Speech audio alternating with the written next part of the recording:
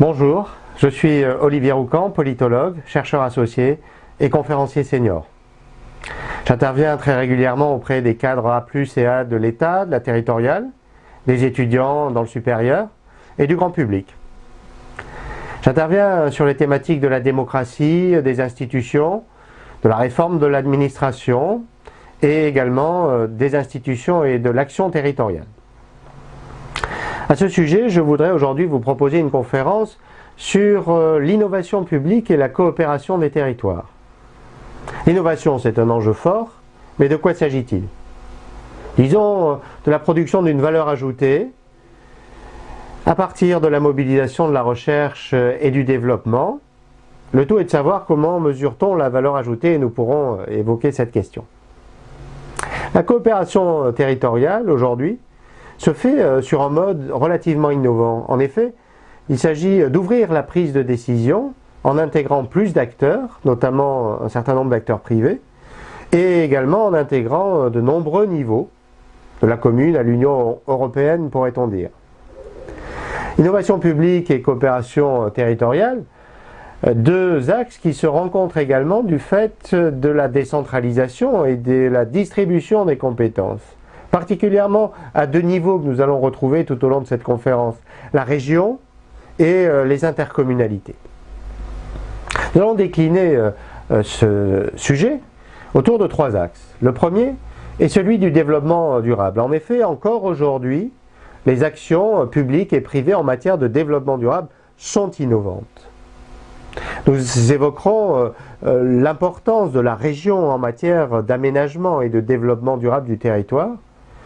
Et nous évoquerons également le caractère stratégique des interventions intercommunales, notamment en matière de maîtrise de l'urbanisme. Ceci nous invitera à nous préoccuper de la transition écologique, mais également des écoquartiers, voire des écocités, de la ville durable et intelligente.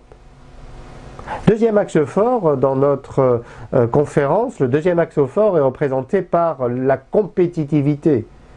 Après le choc de compétitivité, il est important de comprendre comment l'action publique en la matière se territorialise. Et nous retrouverons l'importance stratégique à la fois des régions et des intercommunalités pour accompagner et aider les entreprises au quotidien, avec des aides économiques, mais également avec des programmes ciblés, par exemple ceux destinés aux startups ou à la French Tech.